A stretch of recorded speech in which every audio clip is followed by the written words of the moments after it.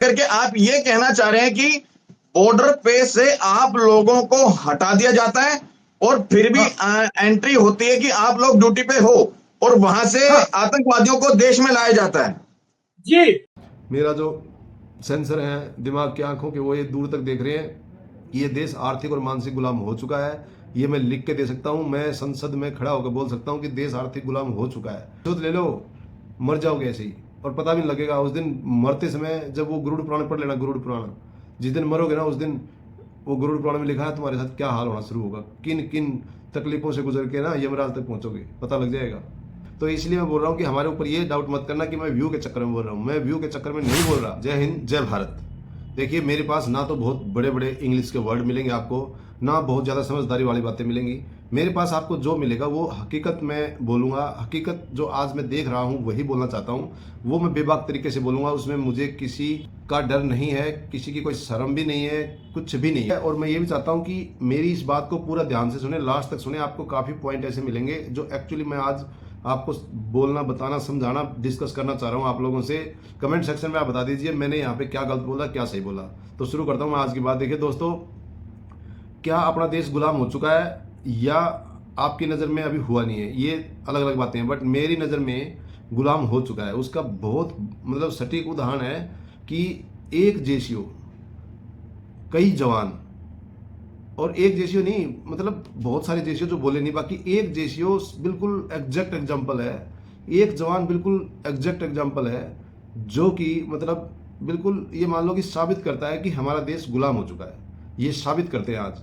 और मैं आपको अभी जो बताऊंगा, आप देख भी रहे होगे वीडियो काफ़ी उनकी, या पता नहीं आपके पास पहुंची है कि नहीं पहुंची अभी तक। एक जेसीओ सरेआम बोल रहा है कि मेरा कभी भी मर्डर हो सकता है, और वो AWL absent विदाउट लीव है वो जेसीओ अभी, और उसको पेंशन दी जा रही है। वो बोलता है मेरी पेंशन बंद करा दो। देश में गद्दारों को सजा दिलाना चाहता है। और उस जेसीओ की अभी तक किसी ने भी कोरेस्पोंडेंस के जरिए कोई भी सेटिस्फैक्ट्री जवाब नहीं दिया है। कोई भी ऐसा जवाब नहीं दिया है किसी ने ऐसी सांत्वना नहीं दी है कि बिल्कुल उनको मतलब ये न्याय मिल जाएगा। हाँ, ये जरूर कोशिश की जा रही है बार बार उनको कब्जे में लेने की। उनको बुला रहे हैं कि आप यहाँ पे आके हमसे बातचीत करो, इससे मिलो, उससे मिलो, क्योंकि वो पहले बड़ी मुश्किल से अपनी जान बचा के आए हैं। और अब फिर दोबारा उनको उस खतरे में पढ़ना मैं तो समझता नहीं ठीक रहेगा कि वहाँ पे जाके किसी से बात, क्योंकि वो तो सब हो चुका।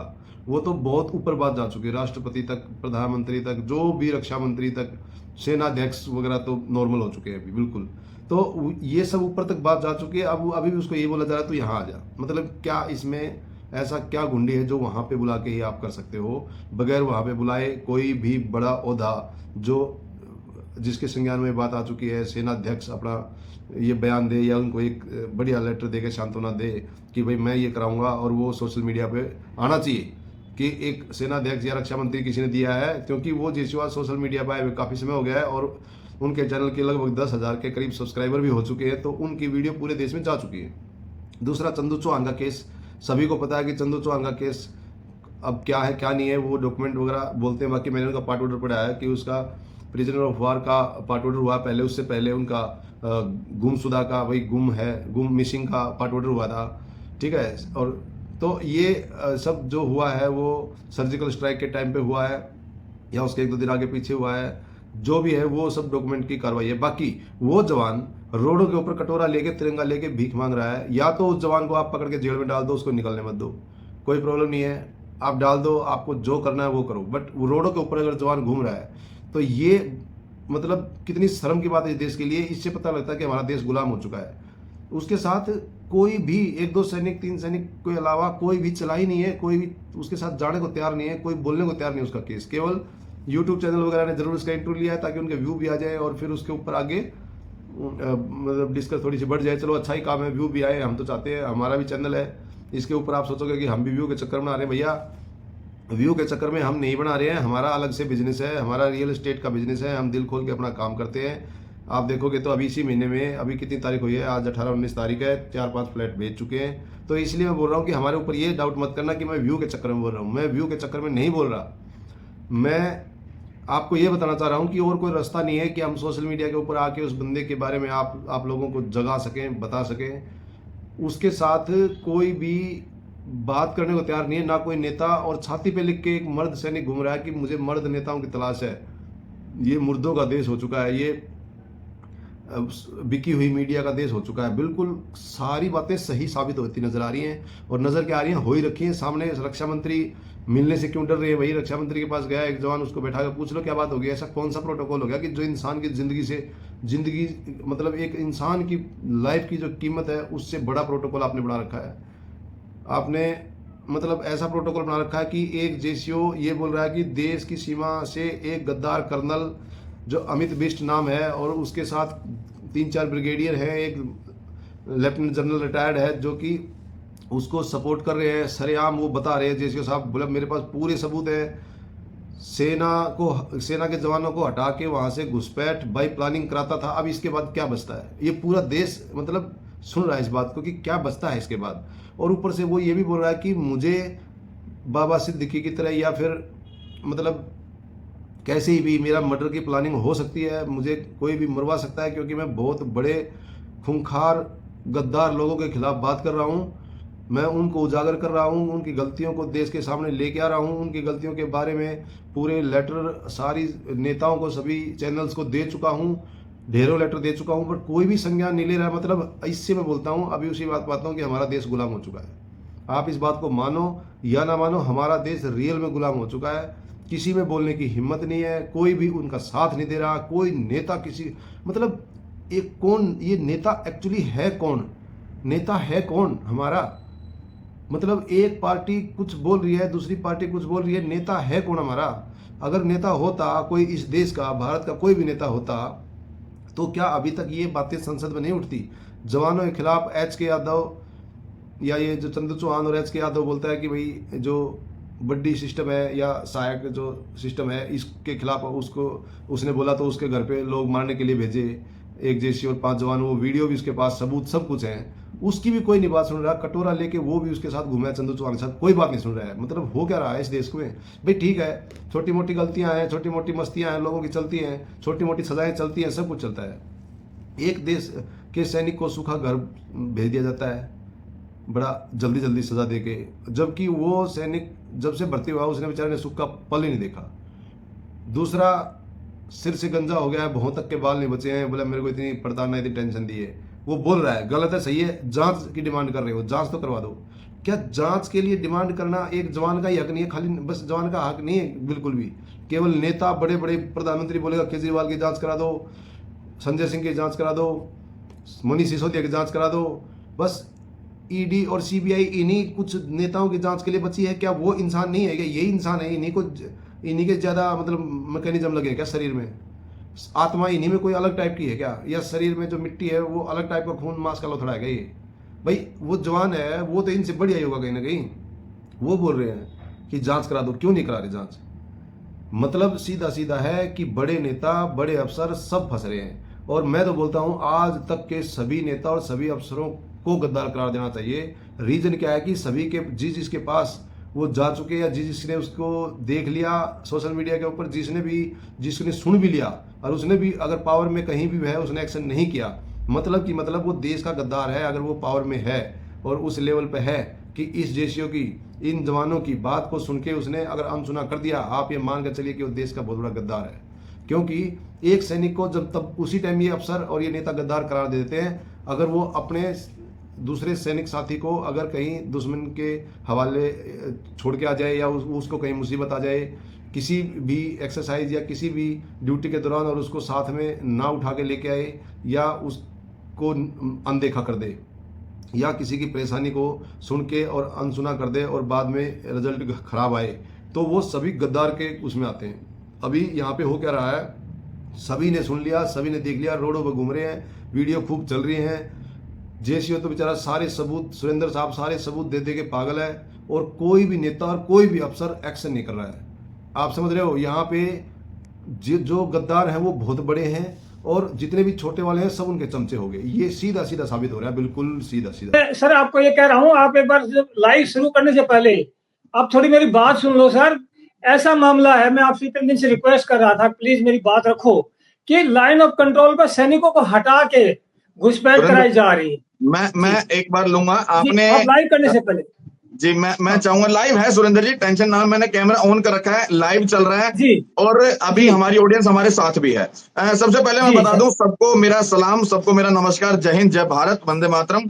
और बता दूं, अभी नायक जी सूबेदार सुरेंद्र सिंह जी मेरे साथ हैं और मुझे बड़ा गर्व है कि भारतीय सेना के जवान इस समय मेरे साथ हैं। और अपने चैनल के माध्यम से मेरे पास इनकी 15-20 दिन पहले कॉल आई थी, लगातार ये मुझे कह रहे थे कि मुझे लाइव आना है और कुछ चीजें हैं जो सामने आकर के देश और सरकार के सामने लानी है, जो कि लाना बहुत ज्यादा जरूरी है। और इन चीजों को, इनका भी अपना एक यूट्यूब चैनल, उसके ऊपर भी इन्होंने डाला है।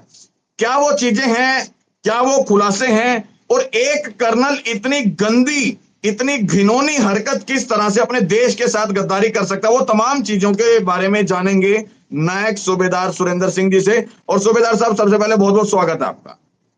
बहुत धन्यवाद आपका भाई साहब मौका देने के लिए। मेरा आप अपना और हौसला बना के रखो, बिल्कुल अपने जी आप को जी कमजोर मत जी करो। और नहीं, जनता आपके साथ है, चैनल आपके साथ है, पूरी बात बताएं, हौसले के साथ बताएं, क्या बस चीज है। मैं आपको यही धन्यवाद दे रहा हूं कि मैं अपनी बात देश के लोगों तक पहुंचाना चाहता हूं। मेरा इसमें कोई निजी स्वार्थ नहीं है। मुझे तो जबरदस्ती पेंशन दी जा रही है 35,000 रुपए। तो मैं ये बताना चाहता हूं अपने देश के लोगों को कि हमारे बॉर्डर पर मैं फर्स्ट महार रेजिमेंट से संबंधित हूं, नायक सूबेदार सुरेंद्र सिंह। J&K में मेरी पलटन थी, बल्लोई मेंढर हमारी एक जगह पुंछ के अंदर।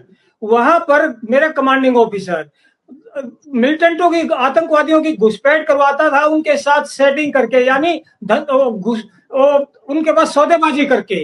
और वो घुसपैठ कराने के लिए, क्योंकि आपको पता है कि मोर्चों पर जवान तैनात होते हैं, तो 20 सैनिकों को उसने वहां से हटा दिया था। यानी घुसपैठ वो बिल्कुल प्यार से, प्लानिंग से करवाता था।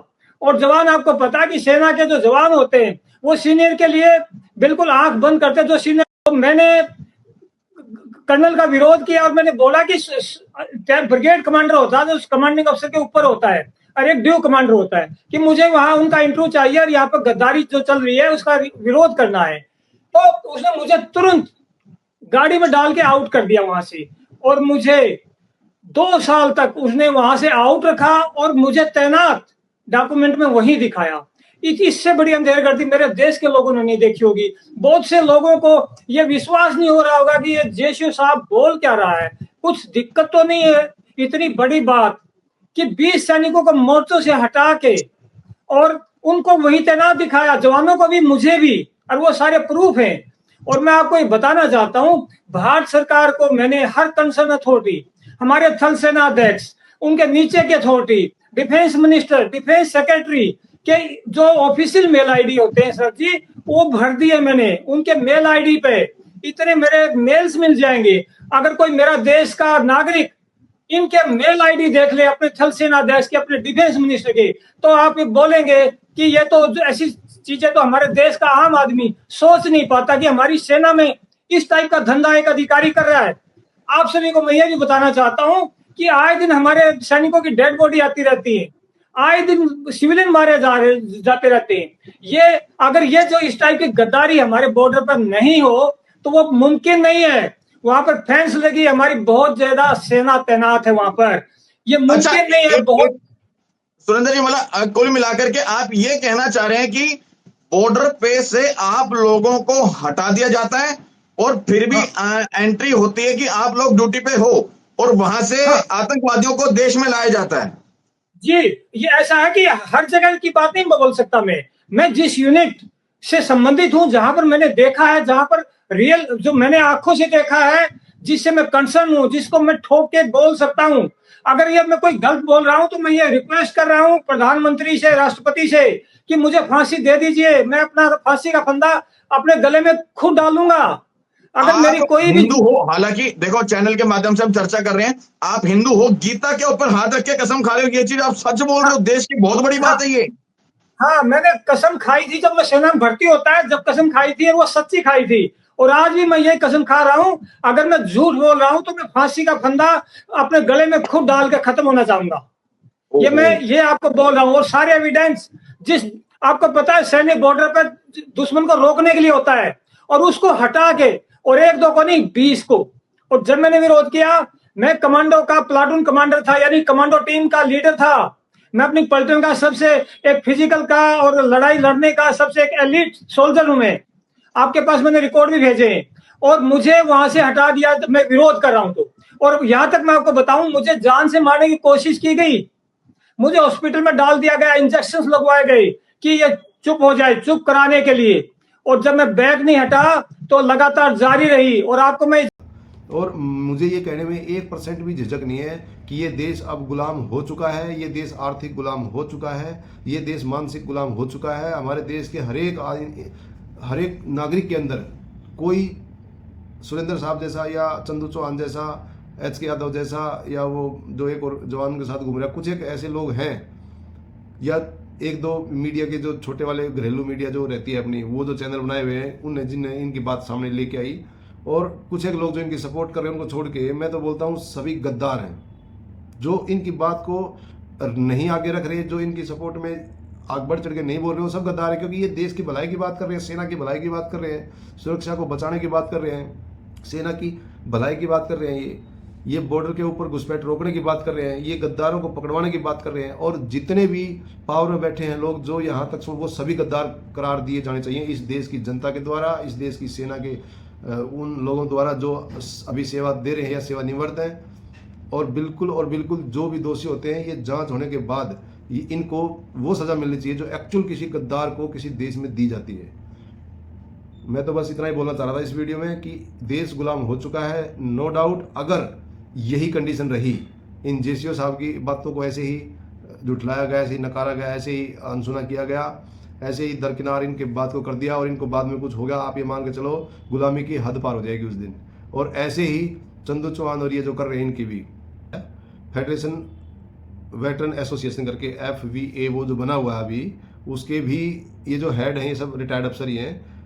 मतलब कुल मिला के जवान का खाता ही खत्म है, जवान कहीं भी कुछ नहीं है।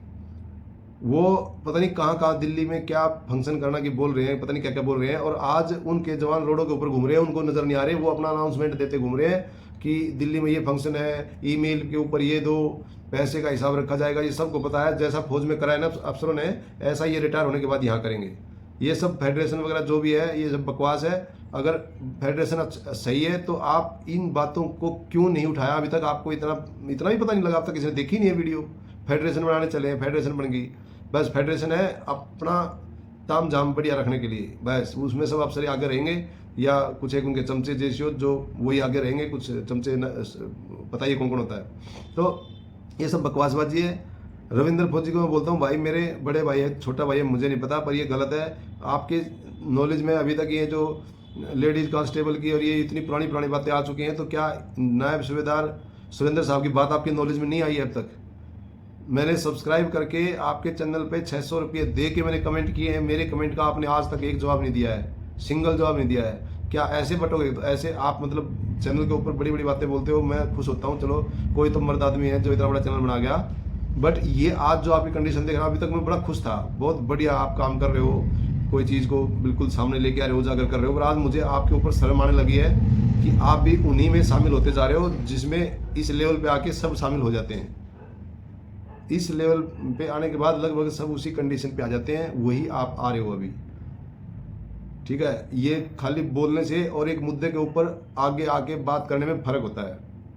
आपने भी पुलिस के लाठी डंडे खाए हैं, आपने भी आंदोलन किए हैं, पर वो आपको ही पता है भाई कि मैं नहीं था उसमें, मैं उसके बारे में नहीं बोलूँगा, पर आप बोलते हो किए, और हमने छोटा मोटा देखा भी आपका।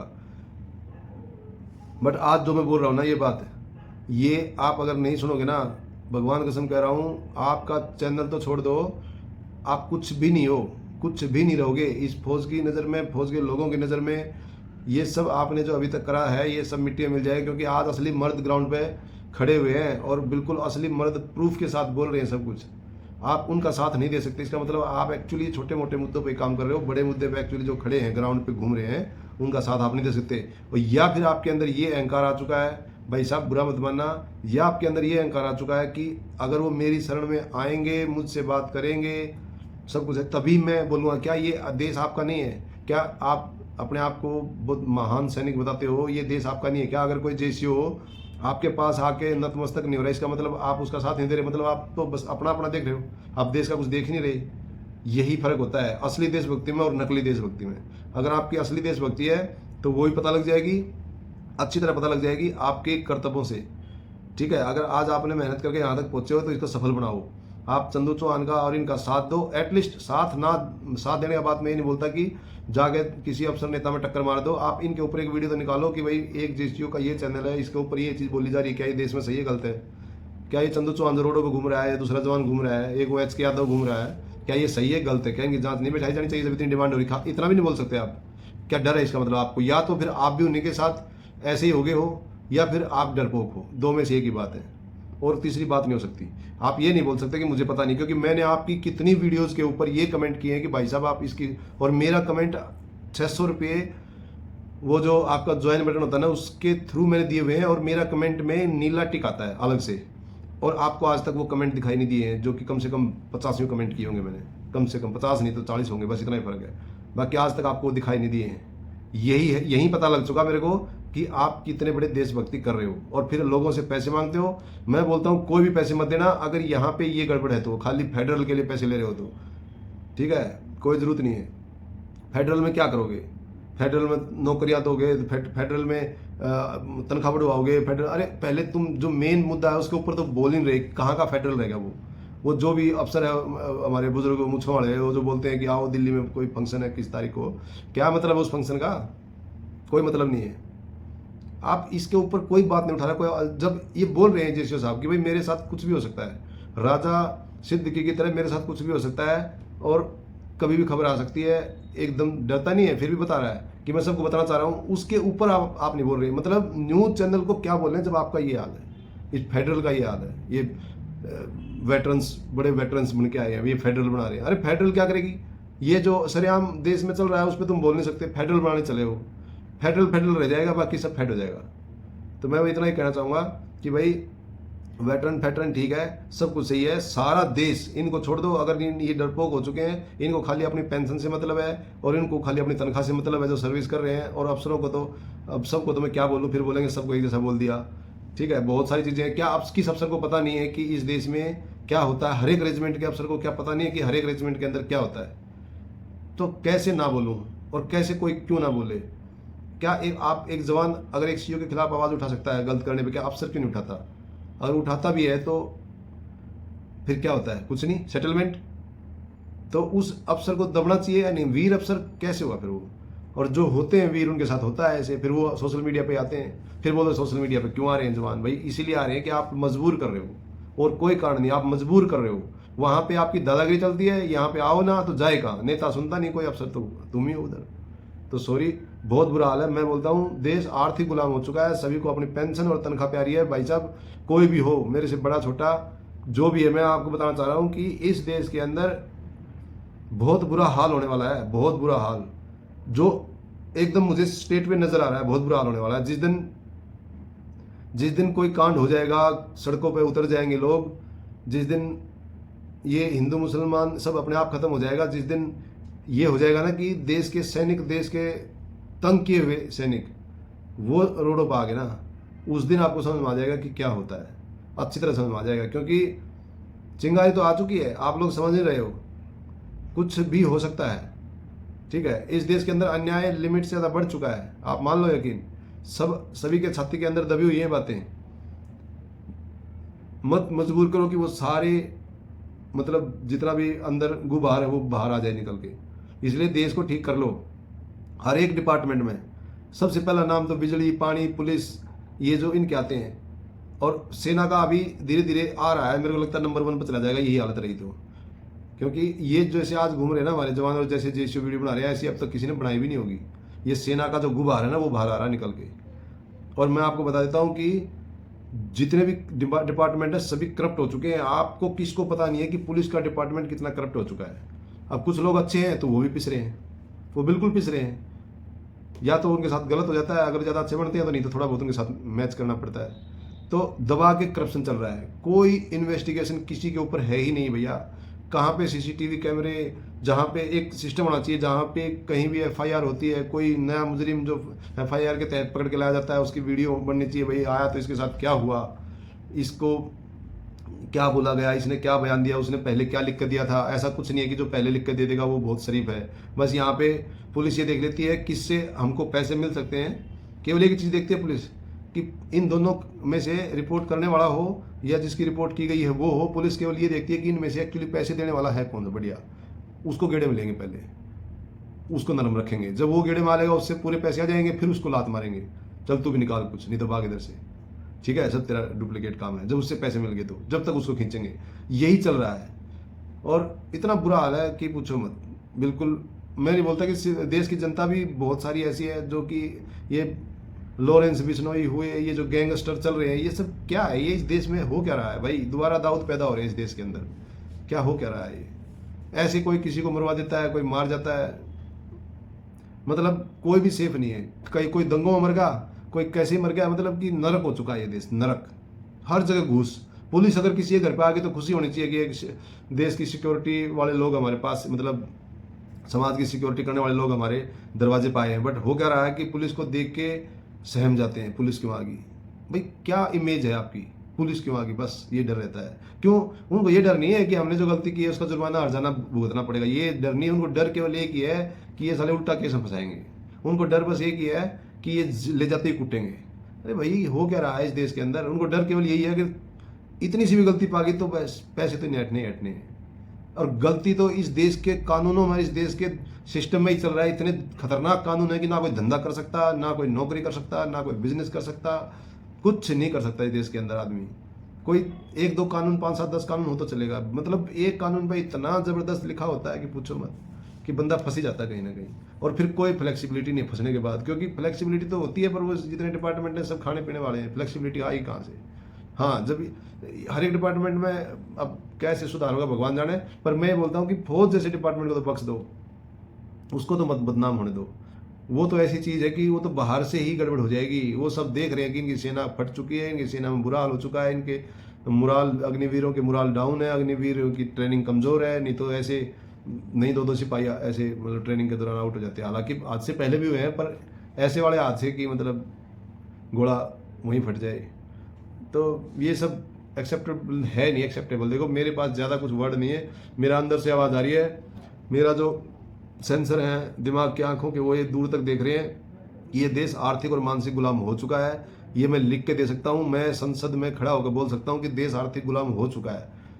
बड़े बड़े नेता गुलाम हो चुके हैं, बड़े बड़े अफसर सब गुलाम हो चुके हैं, सब डरपोक हो चुके हैं, मानसिक रूप से डरते हैं, दिमाग के रूप से डरते हैं, सब डरपोक हो चुके हैं, सब बीमार हो चुके हैं।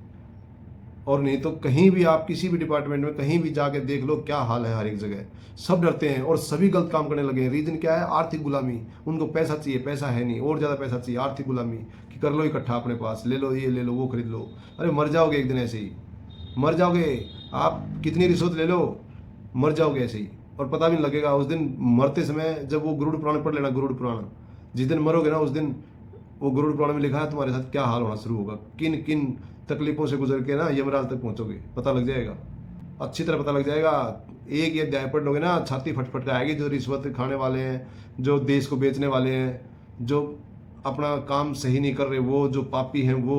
और मैं बोलता हूँ पाप कब हो जाए पता नहीं, पर अपनी तरफ से जो कर रहे हैं वो तो समझ जाओ। बस इतना ही कहना था, समझ जाओ समझ जाओ समझ जाओ। ये देश गुलाम हो जाएगा, बिल्कुल हो ही चुका है और अच्छी तरह गुलाम हो जाएगा। अटैक भी हो जाएंगे हमारे देश पे, सेना इतनी कमजोर होगी तो।